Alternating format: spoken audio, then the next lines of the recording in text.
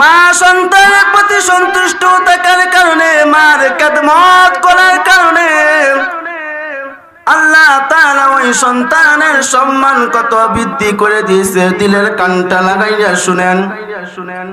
আল্লাহর পয়গম্বর জনাব মুহাম্মদুর রাসূলুল্লাহ সাল্লাল্লাহু আলাইহি ওয়াসাল্লাম সাহাবায়ে কেরামদেরকে বলতেছেন, ও সাহাবায়ে কেরাম, আমি ইন্তিকালের আগে একটা ওসিয়ত নাইকা যাইতে চাই। আমার ওই জুব্বাটা আমি একজন আমার আশিককে হাদিয়া দিতে চাই। দুনিয়ার মুসলমান ভাই ও বন্ধুগণ,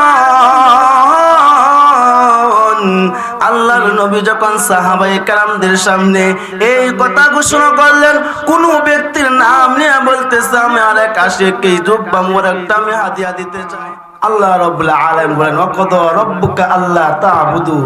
দুনিয়ার মানুষদেরকে বলতেছেন, ও দুনিয়ার মানুষেরা, আমি আল্লাহ তাআলা তোমাদেরকে দুনিয়ার জমিনের মধ্যে সৃষ্টি করে পাঠিয়েছি একমাত্র আমি আল্লাহ তাআলার ইবাদত করার জন্য। একমাত্র কার ইবাদত করার জন্য? আল্লাহ তাআলার ইবাদত করার জন্য।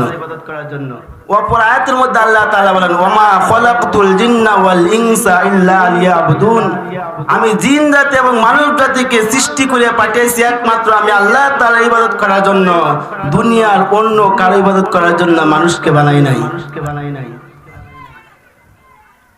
আল্লাহ তাআলা বলেন, আমার ইবাদত করবা দুনিয়ার জমিনের মধ্যে গিয়া, কোন পীরের ইবাদত করবা না, কোন বন্ড পীরের দরবারে গিয়া সেজদা দিবা না, একমাত্র আমি মালিকের ইবাদত করবা।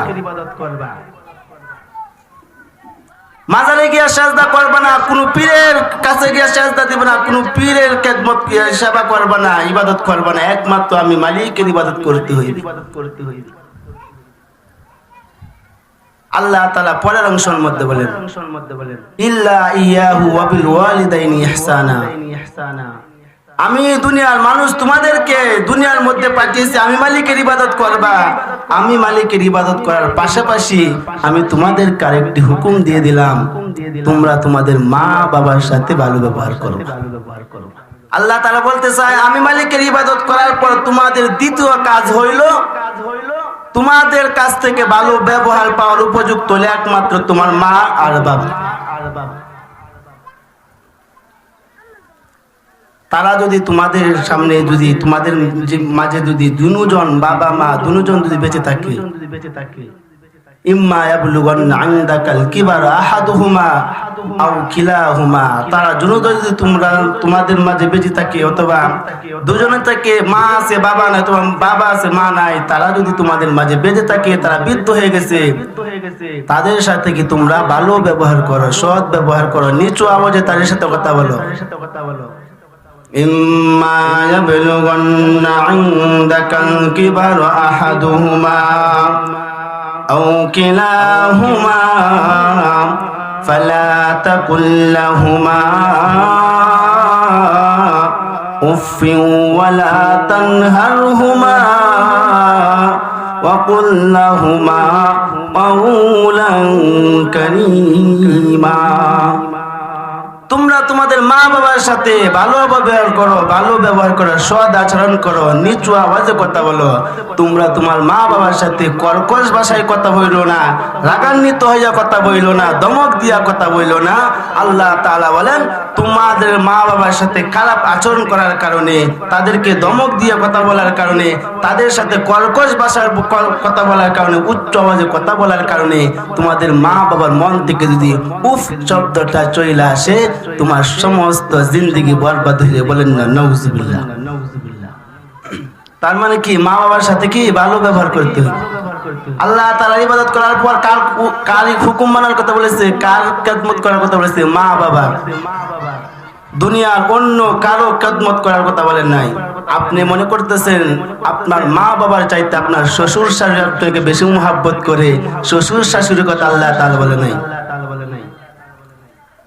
আপনি মনে করতেছেন আপনার মার চাইতে বাবার চাইতে আপনাকে আপনার শ্বশুর শাশুড়ি বেশি মহাব্বত করে। যতই মহাব্বত করুক, যতই আপনাকে ভালোবাসুক, যতই আদর করুক, শ্বশুর শাশুড়ির আদর মহাব্বতের মধ্যে বিন্দু পরিমাণ স্বার্থ আছে। আর তোমার মা বাবা তোমাকে যে মহাব্বতটা করে, যে আদরটা করে, মা বাবার মহাব্বতের মধ্যে কি বিন্দু পরিমাণ স্বার্থ নাই? এখন বলতে পারেন হুজুর, শ্বশুর শাশুড়ির মহাব্বতের মধ্যে কিসের স্বার্থ আছে? শ্বশুর শাশুড়ি মেয়ের জামাইকে এজন্যই মহাব্বত করে ভালোবাসে। মেয়ের জামাই বেড়াতে আসলে মাছের বড় মাথাটা মেয়ের জামাইকে দেয়, মাছের বড় পিসটা মেয়ের জামাইকে দেয়, মুরগির রানটা মেয়ের জামাইকে দেয়। কারণ হলো আমার মেয়ের জামাইকে যদি আমরা হাত করতে পারি, মেয়ের জামাইকে যদি ফুসলা ফাসলে ভালো মহাব্বত করে আদর করে যদি আমাদের পক্ষে আনতে পারি, আমার মেয়ের জামাই আমার মেয়েকে অনেক ভালোবাসবে, মহাব্বত করবে, ঠিক কিনা? কিন্তু মা বাবার ভালোবাসা মহাব্বতের মধ্যে কোনো স্বার্থ নাই। একমাত্র মা বাবার ভালোবাসা হলো নিঃস্বার্থ ভালোবাসা। বলেন ঠিক কিনা? তুমি যদি মনে করো তোমার মা বাবার চাইতে তোমার শ্বশুর শাশুড়ি তোমাকে বেশি ভালোবাসে মহাব্বত করলে, তাহলে এটা হলো তোমার ধোঁকা। তুমি যদি মনে করো তোমার মা বাবার চাইতে তোমার শ্বশুর শাশুড়ি তোমাকে বেশি মহাব্বত করে, তাহলে তুমি একটা বোকা, ঠিক কিনা? এজন্যই মা বাবার সাথে ভালো ব্যবহার করতে হইবে। একমাত্র মা বাবা হইল তোমার কাছ থেকে ভালো ব্যবহার পাওয়ার উপযুক্ত। মা বাবার সাথে যদি তুমি ভালো ব্যবহার করো, মা বাবা পিতা মাতা যদি সন্তানের প্রতি সন্তুষ্টি হয়ে যায়, আল্লাহর নবী বিশ্বনবী রাহমাতুল লিল আলামিন হাদিসের মধ্যে বলেন, রিদর রব্বি ফি রিদল ওয়ালিদ ওয়া সাখাতুর রব্বি ফি সাখাতুল ওয়ালিদ। আল্লাহর নবী বলেন, কোন সন্তানের প্রতি যদি তার পিতা মাতা সন্তুষ্টি হয়ে যায়, স্বয়ং আল্লাহ তাআলা ওই সন্তানের প্রতি সন্তুষ্টি হয়ে যায়। বলেন না সুবহানাল্লাহ। আর কোন পিতা মাতা যদি মা বাবা যদি তার সন্তানের প্রতি অসন্তুষ্ট হয়ে যায়, নারাজ হয়ে যায়, স্বয়ং আল্লাহ তাআলা ওই সন্তানের প্রতি নারাজ হয়ে যায়, আল্লাহ তাআলা ওই সন্তানের প্রতি অসন্তুষ্ট হয়ে যায়। তুমি যতই বড় ফরহেজগার হও, যতই বড় আমলদার হও, যতই বড় হাজী সাহেব হও, পীর সাহেব হও, যতই বড় আলেম হও, যতই বড় মুফতি হও, তোমার মা বাবা যদি তোমার প্রতি সন্তুষ্টি না হয়, তুমি যতই বড় তাহাজ্জুদওয়ালা হও, যতই বড় বুজুর্গ হও, তোমার এই তাহাজ্জুদ গিরা আল্লাহ তাআলার কাছে বিন্দু পরিমাণ কাজে আসবে না। মা বাবার সাথে ভালো ব্যবহার করতে, মা বাবার সাথে ভালো ব্যবহার করলে আল্লাহ তাআলা দুনিয়াতে সম্মান বাড়িয়ে দিবে, আখিরাতে সম্মান বাড়িয়ে দিবে। মা বাবা যদি তোমার প্রতি সন্তুষ্ট হয়ে যায়, মা বাবার সাথে ভালো ব্যবহার করলে, মা বাবার খেদমত করলে কি ফজিলত, সামনে আলোচনা আপনারা বুঝতে পারবেন। আল্লাহ তাআলা এই মা বাবাকে এত মর্যাদা দিয়েছে। আল্লাহ তাআলা বলেন, কোন মা বাবা যদি আমি মালিকের কাছে তার সন্তানের প্রতি মহাব্বত করে আমি মালিকের কাছে দোয়া করে বন্দুকের গুলি মিস হইতে পারে, ওই মা বাবার দোয়া মিস হইবে না। সেটা বদদোয়াই হোক বা সেটা ভালো দোয়াই হোক। এই মা বাবা যদি তোমার আপনার প্রতি সন্তুষ্টি হয়ে যায়, আল্লাহ তাআলা আপনার প্রতি সন্তুষ্টি হয়ে যায়। এই মা বাবার সাথে ভালো ব্যবহার করার কারণে আল্লাহর ওলি বাইজিদ বুস্তামি রাহমাতুল্লাহ আলাইহিকে ওলি হিসেবে আল্লাহ তাআলা গ্রহণ করেছে। বলেন না সুবহানাল্লাহ। এত সম্মান দান করেছে।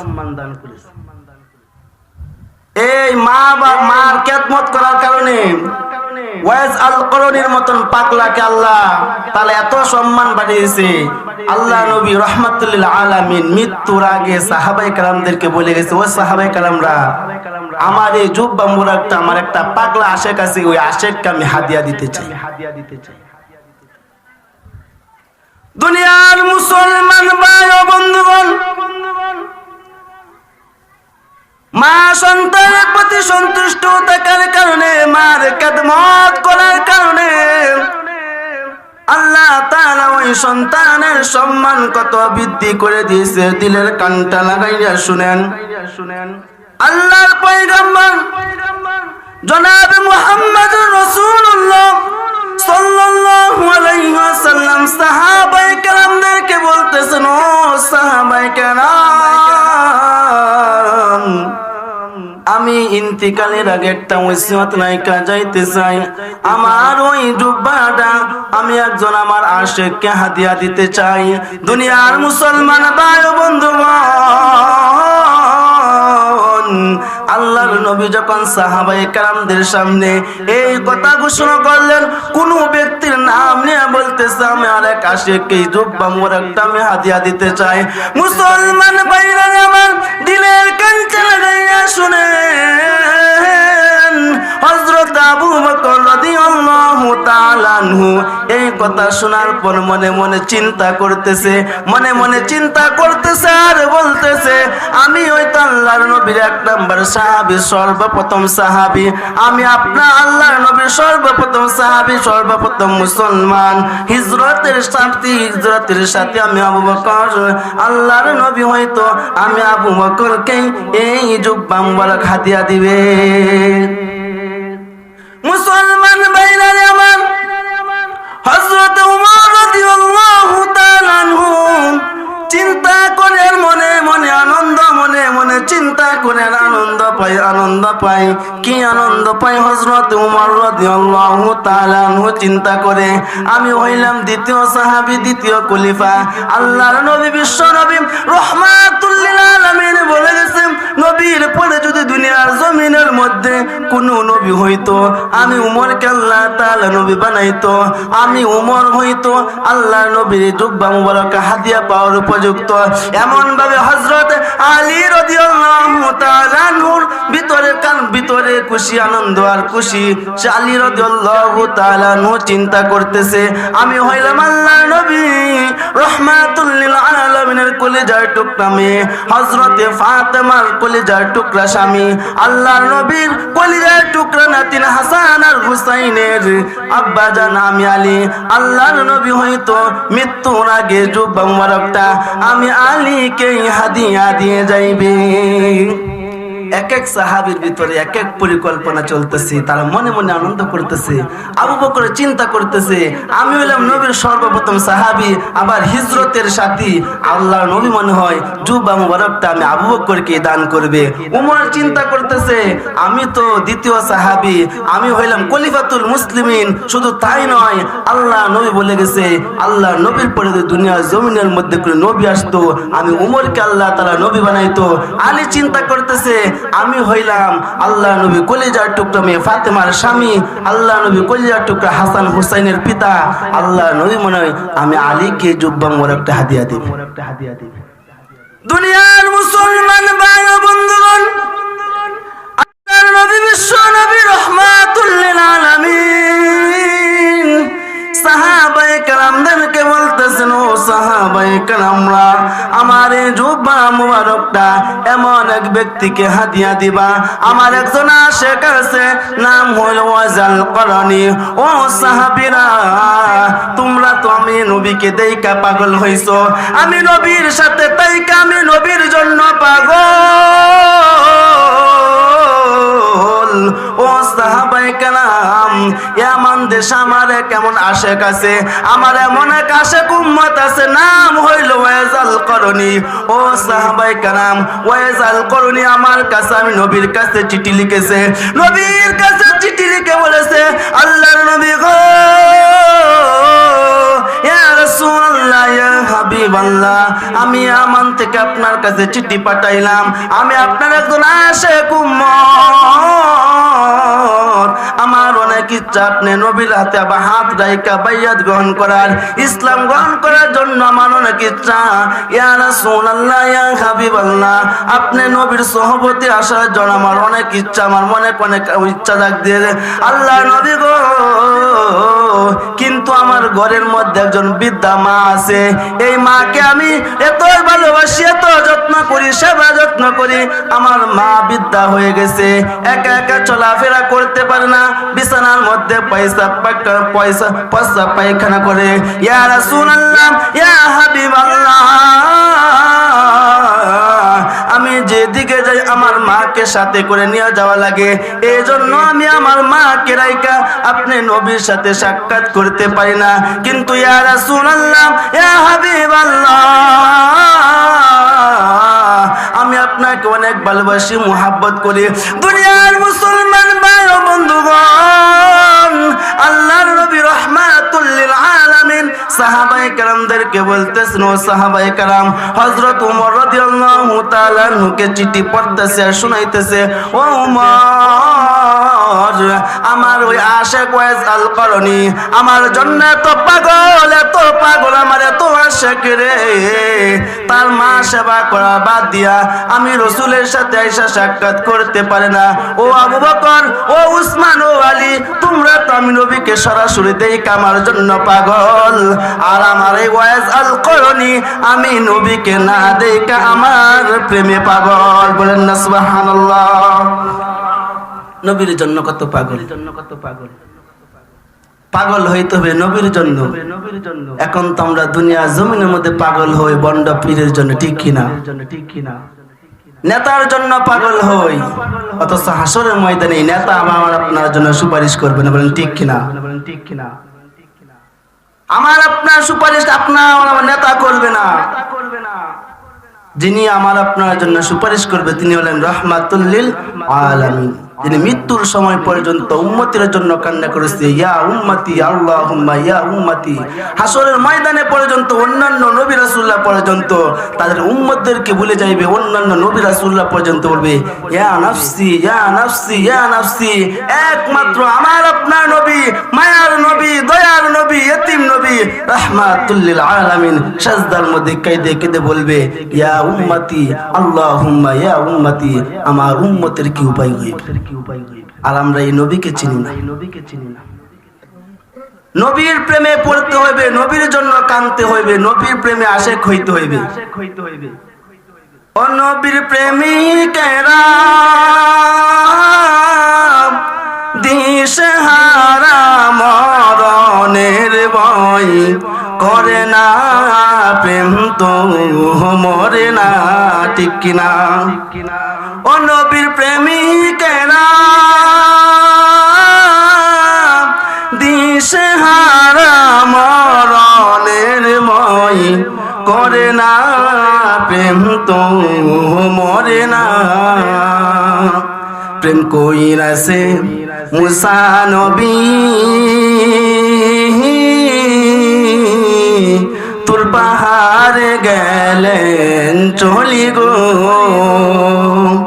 প্রেম কইরাছে মুসা নবী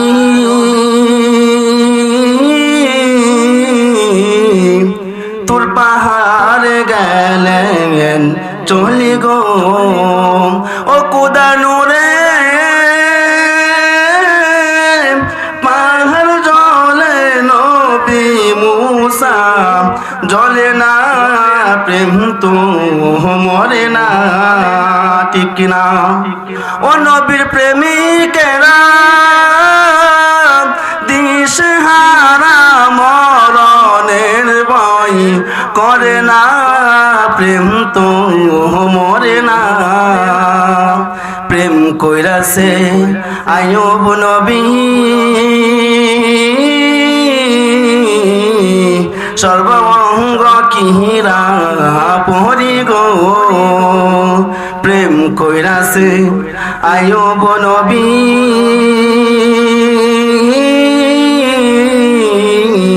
সর্বঙ্গ কিরা পরি গো। কিরা পরে জর জর আইয়ুব নবী করে না, প্রেম তো মরে না। ও নবী প্রেমিকেরা দিশেহারা মরণের ভয় করে না, প্রেম তো মরে না। প্রেম কইরাছে ইব্রাহিম নবী নমরুদে আগুনে ফেলি গো। প্রেম কইরাছে ইব্রাহিম নবী নমরুদে আগুনে ফেলি গো। আগুন হইল ফুল বাগিচা পশম কেন জ্বলে না প্রেম তো মরে না সবাই বলেন প্রেম তো মরে না ও নবী প্রেমিকেরা দিশেহারা মরণের মই করে না প্রেম তো মরে না বলেন ঠিক কিনা প্রেম করতে হবে কার শোনে প্রেম করতে হবে নবীর শোনে প্রেম করেছে আবু বকর প্রেম করেছে হযরত উমর প্রেম করেছে আলী প্রেম করেছে হযরত উসমান রাদিয়াল্লাহু তাআলা চিৎকার মেরে বলেন সুবহানাল্লাহ তো বলতে চাইতেছিলাম কেমন নবীর আশিক ছিলেন ওয়াইজ আল করনি মার কিয়ামত করার কারণে নবীর সাথে আয়েশা সাক্ষাৎ পর্যন্ত করতে পারতেছে না কিন্তু এই মার কিয়ামত করার কারণে আল্লাহ তাআলা ওয়াইজ আল করনির সম্মান কত বাড়িয়ে দিয়েছে স্বয়ং সাহাবীরা নবীর সাথে সারাক্ষণ তাইকা নবীর সাথে যুদ্ধ কইরা নবীর পক্ষে তাইকা সারাক্ষণ নবীর সোহবতের মধ্যে তাইকা কি জুব্বা মুবারক হাদিয়া পাওয়ার ভাগ্য হয় না ওয়াইজাল করুনি ইয়ামান দেশের মধ্যে তাইকা নবীকে না দেখা নবীর প্রেমে পাগল হইয়া মার কিয়ামত করার কারণে জুব্বা মুবারক হাদিয়া পায় বলেন না সুবহানাল্লাহ কার জন্য একমাত্র মার কিয়ামত করার জন্য বলেন ঠিক কিনা মার কিয়ামত করলে আল্লাহ তাআলা তাদের দুনিয়ার জমিনের মধ্যেও তাদের সম্মান বাড়িয়ে দিবে আখিরাতেও তাদের সম্মান কে বাড়িয়ে দেবে বলেন না একটু শুনেন মা কিয়ামত করার কারণে মা সন্তুষ্ট হওয়ার কারণে আল্লাহ তাআলা ওই বান্দার প্রতি কত সন্তুষ্টি হয় পয়গম্বর মুসা আলাইহিস সালাতু ওয়াস সালাম আল্লাহ তাআলাকে বলতেছেন মালিক আমি পয়গম্বর মুসা আমার অনেক জানার ইচ্ছে হয় আমি পয়গম্বর মুসা আলাইহিস সালাতু ওয়াস সালামের সাথে জান্নাতে কে থাকবে সবারই তো আপনি জান্নাতের মধ্যে সাথী দিবেন বন্ধু দিবেন আমি পয়গম্বর মুসা জানতে চাই আমার জান্নাতের সাথী আমার জান্নাতের বন্ধু কে হইবে দুনিয়ার মুসলমান ভাই বন্ধুগণ দিলের কানটা লাগাইয়া শুনেন পয়গম্বর মুসা আলাইহিস সালাতু ওয়াস সালাম মালিকের দরবারে বলতেছেন মালিক আমি পয়গম্বর মুসা জানতে চাই আমার জান্নাতের সাথী কোন ব্যক্তিটি হইবে আমার জান্নাতের বন্ধু কে হইবে আমি পয়গম্বর মুসা জানতে চাই দুনিয়ার মুসলমান ভাই বন্ধুগণ পয়গম্বর মুসা আলাইহিস সালাতু ওয়াস সালাম যখন মালিকের কাছে কথা বললেন আল্লাহ তাআলা বলেন পয়গম্বর আপনি নবীর মুসা জান্নাতের সাথী হইবে একজন কসাই বাজারে বাজারে গরুর গোশত বিক্রি করে এই কসাই হইবে আপনি মুসার জান্নাতের সাথী বলেন না সুবহানাল্লাহ পয়গম্বর মুসা আলাইহিস সালাতু ওয়াস সালাম তো অবাক হয়ে গেছে আল্লাহ আমি একজন পয়গম্বর মুসা একজন নবী আমার জান্নাতের বন্ধু আমার জান্নাতের সাথী হবে একজন কসাই মানতে পারি না আল্লাহ তাআলা বলেন আমার ফয়সালাই বড় ফয়সালা তোমার জান্নাতের সাথী কসাই হইবে বাজারে বাজারে গরু গোশত বিক্রি করে এই কসাই হইবে তুমি মুসার জান্নাতের সাথী এবং বন্ধু দুনিয়ার মুসলমান ভাই বন্ধুগণ পয়গম্বর মুসা আলাইহিস সালাতু ওয়াস সালাম যখন আল্লাহ তাআলার কাছে কথা শুনলেন আল্লাহ তাআলা বলতেছে তোমার জান্নাতের সাথী ওই কসাই হইবে আল্লাহ তাআলার ফয়সালার উপরে তো আর কোনো ফয়সালা ঠিক না পয়গম্বর মুসা আলাইহিস সালাতু ওয়াস সালাম বলতেছেন আমার অনেক জানার ইচ্ছে হয় ওই কসাই এমন কি আমল করে যার জন্য ওই কসাইয়ের এত সম্মান বেড়ে গেছে ওই সাধারণ একটা গরুর গোশত বিক্রি করে কসাই এই কসাই কেমন কইরা আমি মুসার সাথে জান্নাতের মধ্যে থাকবে ওই কসাইয়ের এমন কি আমল আমি মুসা জানার খুব আগ্রহ আমি জানতে চাই কি এমন আমল করে ওই কসাই যার জন্য ওই কসাইয়ের সম্মান এত বেড়ে গেছে দুনিয়ার মুসলমান ভাই বন্ধুগণ দিলের কানটা লাগাইয়া শুনেন ও আমার পর্দার আড়ালের মা ও বোনেরা ও আমার রহিমপুর এলাকার যুবক ভাই বন্ধুগণ বৃদ্ধ বাবাজিরা আলোচনা মনের দিলের কান দিয়া শুনতে হইবে। পয়গম্বর মূসা আলাইহিস সালাতু ওয়াস সালাম পরের দিন সকালবেলা ওই বাজারের মধ্যে চলে গেলেন, যে বাজারের মধ্যে ওই কসাই গরু গোশত বিক্রি করে। পয়গম্বর মূসা আলাইহিস সালাতু ওয়াস সালাম ওই বাজারের মধ্যে গিয়ে দেখে একটা গরুর গোশত কসাই গরুর গোশত বিক্রি করতেছে, কসাই গরুর গোশত বিক্রি করতেছে। পয়গম্বর মূসা আলাইহিস সালাতু ওয়াস সালাম বলতেছে, ওই কসাই তো আমার সাথে জান্নাতের মধ্যে থাকবে, আমি জানতে চাই কেমন কইরা ওই আমার সাথে জান্নাতের মধ্যে থাকবে, এমন কি আমল করে, এমন কি ইবাদত করে যার জন্য ওই কসাইয়ের সম্মান এত বেড়ে গেছে। দুনিয়ার মুসলমান ভাইরা আমার, পয়গম্বর মূসা আলাইহিস সালাতু ওয়াস সালাম চিন্তা করে, আমি তো ওই কসাইয়ের সাথে পরিচয় দিব না, আমার পরিচয় গোপন রাখবো। আমি যে মূসা, আমি এটা পরিচয় দিব না, মূসা নবী পরিচয় দিব না। দুনিয়ার মুসলমান ভাইরা আমার, পয়গম্বর মূসা আলাইহিস সালাতু ওয়াস সালাম ওই কসাইয়ের কাছে গিয়ে বলতেছে, ও কসাই ভাই, আমি একজন মুসাফির, অনেক দূর থেকে আমি তোমার কাছে এসেছি। ও ভাই, পথের মধ্যে রাত্র হয়ে গেছে। ও ভাই, আমার বাসা অনেক দূর, আমার গ্রাম অনেক দূর, আমার মহল্লা অনেক দূর। ও ভাই, অনেক রাত্র হয়ে গেছে, আমি এক রাত্রের জন্য তোমার বাড়ির মেহমান হতে চাই। পয়গম্বর মূসা আলাইহিস সালাতু ওয়াস সালাম বলতে, আমি আমার পরিচয় গোপন রাখবো, কারণ যদি পরিচয় দিয়ে দিই তাহলে তো আমি জানতে পারবো না ওই কসাই কি আমল করে। পয়গম্বর মূসা আলাইহিস সালাতু ওয়াস সালাম বলতেছেন, ভাই, আমি একজন পথের মুসাফির, পথের মধ্যে রাত্র হয়ে গেছে, আমি আপনার বাড়ির মেহমান হতে চাই, এক রাত্রের জন্য আমি আপনার বাড়ির মেহমান হতে চাই। দুনিয়ার মুসলমান ভাইয়া বন্ধুগণ, ও আমার রহিমপুর এলাকার বৃদ্ধ বাবাজিরা, দিলের কানটা লাগাইয়া শুনেন। ওই কসাই তখন আনন্দ মনে বলতেছে, ও মুসাফির ভাই, তুমি আমার বাড়ির মেহমান হইবা, এটা তো আমার ভাগ্যের ব্যাপার, বলেন না সুবহানাল্লাহ। কসাই বলতেছে, ও মুসাফির ভাই, হঠাৎ কইরে তুমি আমার বাড়ি মেহমান হইবে, এটা তো আমার ভাগ্য। মূসা নবী বলতেছেন, কেমন কইরে তোমার ভাগ্য? হঠাৎ করে তুমি আমাকে চিনো না, জানো না, আমি তোমার বাড়ি মেহমান হইতে চাইতেছি, তুমি রাজি হয়ে গেছো। দেখেন ওই কসাই কি বলে। দুনিয়ার মুসলমান ভাই ও বন্ধুগণ, ওই কসাই বলতেছে, ও মুসাফির ভাই, মেহমান হইল আল্লাহ তাআলার নিয়ামত। আল্লাহ তাআলা বলেন, আমি আমার যেই বান্দার প্রতি খুশি হই, যেই বান্দার প্রতি আমি রহমত নাজিল করতে চাই, যেই বান্দার ঘরের মধ্যে আমি বরকত নাজিল করতে চাই, ওই বান্দার ঘরে আমি হঠাৎ করে মেহমান পাঠাই।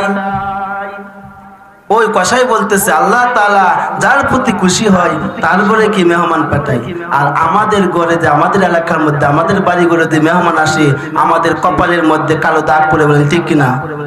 মেহমানকে আমরা পছন্দ করি না, অথচ মেহমান আল্লাহ তাআলার দান। জিবরাইল আলাইহিস সালাতু ওয়াস সালাম আল্লাহ তাআলাকে বলতেছেন, আল্লাহ তাআলা, আপনি যখন মানুষের প্রতি সর্বপ্রথম খুশি হন তখন কি করেন? আল্লাহ তাআলা বলতেছে, আমি যখন আমার বান্দার প্রতি খুশি হই তখন আমি জমিনের মধ্যে বৃষ্টি দান করি, বলেন না সুবহানাল্লাহ। জিবরাইল আলাইহিস সালাতু ওয়াস সালাম আবার বলতেছেন, আপনি দ্বিতীয়বারের মতন আপনার বান্দার প্রতি, মানুষের প্রতি খুশি হলে কি করেন? আল্লাহ তাআলা বলতেছে, আমি আমার বান্দার প্রতি যখন খুশি হই তখন তার ঘরে কন্যা সন্তান দান করি।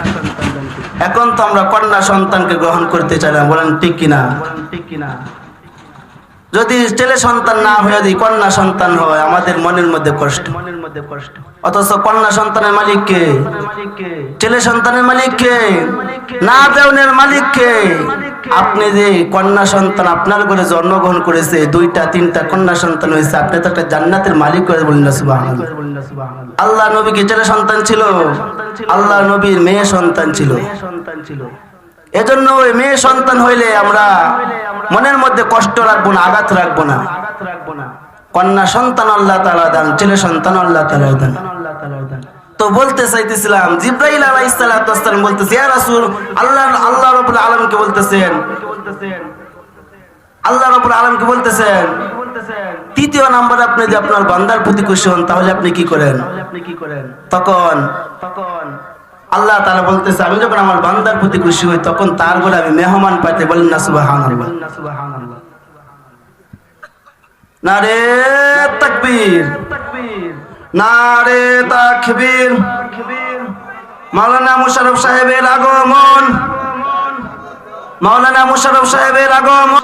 মেহমান হবেন এটা তো আমার বড় ভাগ্যের ব্যাপার, এটা বড় আমার বড় নিয়ামত। কারণ আল্লাহ তাআলা আমার প্রতি খুশি রাজি হয়েছে বিতে আমার ঘরে মেহমান পাঠিয়েছে। দুনিয়ার মুসলমান ভাই ও বন্ধুগণ,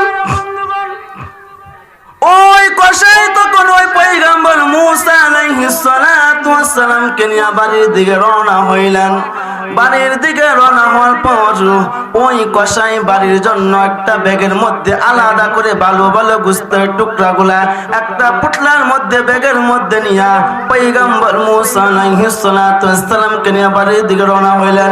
দুনিয়ার মুসলমান ভাই ও বন্ধুগণ, দিলে কানটা লাগাইয়া শুনেন, পয়গম্বর মুসা আলাইহিস সালাতু ওয়াস সালাম যখন ওই কসাইয়ের সাথে কসাইয়ের বাড়িতে গেলেন, গিয়া দেখে পয়গম্বর মুসা আলাইহিস সালাতু ওয়াস সালাম দেন হইল আমি তো মিথ্যা কথা বইলা ওই কসাইয়ের বাড়িতে মেহমান হয়ে আসছি। আসল আমার উদ্দেশ্য হইল ওই কসাই রাত্রের বেলা কি কাজ করে, কি ইবাদত করে, সারাদিন গরুর গোশত বিক্রি করে, নামাজের কোনো সময় নাই, কোরআন তেলাওয়াতের কোনো সময় পাই না, ইবাদতের সময় পাই না। রাত্রের বেলা ওই কসাই কি আমল করে আমার তো দেখতে হইবে। আমার উদ্দেশ্য হইল মেহমান খাওয়া না, আমার উদ্দেশ্য হইল ওই কসাই কি আমল করে।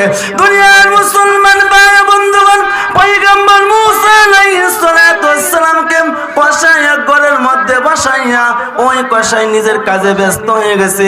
ওই কসাই ব্যাগের থেকে গোশতগুলা বের কইরা ভালোভাবে রান্না কইরা ভালোভাবে নিজের হাতে রান্না কইরা ওই কসাই যখন একটা প্লেটের মধ্যে নিয়ে একটা ভাঙ্গা কুড়ের ঘরের মধ্যে ঢুকে, কুড়ের ঘরের মধ্যে ঢুকার পর পয়গম্বর মুসা আলাইহিস সালাতু ওয়াস সালাম ওই কসাইকে ফলো করতে করতে ওই কসাইকে ফলো করতে করতে আল্লাহর নবী পয়গম্বর মুসা আলাইহিস সালাতু ওয়াস সালাম গিয়া দেখে ওই কসাই এই ঘরের মধ্যে বৈশাখী করে। দুনিয়ার মুসলমান দিলের কানটা লাগাইয়া শুনেন, পয়গম্বর মুসা আলাইহিস সালাতু ওয়াস সালাম দেখে ওই কসাই ঘরের মধ্যে মা বৃদ্ধ একটা মা আছে, ওই মাকে বিছানা থেকে তুলিয়া ওই মার বিছানার মধ্যে প্রস্রাব পায়খানা ভরা। ওই কসাই তখন ওই বৃদ্ধ মার প্রস্রাব পায়খানা পরিষ্কার করিয়া ওই পায়খানা প্রস্রাব পরিষ্কার করিয়া ওই কসাই মাকে এমন ভাবে আদর যত্ন করতেছে, সেবা যত্ন করতেছে। ওই কসাই নিজের হাতে গরুর গোশতর তরকারিটা রুটির মধ্যে নিয়া ভাতের মধ্যে নিয়া বৃদ্ধ মার মুখের মধ্যে আস্তে আস্তে মুহাব্বত কইরা ভালোবাসা খাওয়াইতেছে। আর কসাই বলতেছে, মা আমি তোমার এমন এক সন্তান, সারাদিন আমি বাজারে বাজারে গরুর গোশত বিক্রি করি গো মা, ও মা সারাদিন তুমি মায়ের কোনো খোঁজ খবর নিতে পারি না। ওই সন্তান কান্না করে, ওই কসাই কান্না করে আর মার মুখের মধ্যে কানা তুলে দেয়, লুকমা তুলে দেয় আর বলে, মা আমি তোমার এমন এক নাফরমান সন্তান, সারাদিন বাজারে বাজারে গরুর গোশত বিক্রি করি, সারাদিন তুমি মায়ের বৃদ্ধ মায়ের কোনো খবর নিতে পারি না। ও মা রাত্রের বেলা যখন আমি বাড়িতে ফিরি, বাড়িতে আইসা আমি আমার স্ত্রীর কাছে না যাইয়া আমার সন্তানের কাছে না যাইয়া গরুর গোশতের তরকারি আমি নিজে পাক কইরা মা তুমি মাকে খাওয়াই, আমি তোমার সন্তান তুমি মাকে আমি নিজের হাতে খাওয়াই। ও মা তুমি আমার প্রতি কোনো দাবি রাখো না, তোমাকে আমি ভালোভাবে খেদমত করতে পারি না।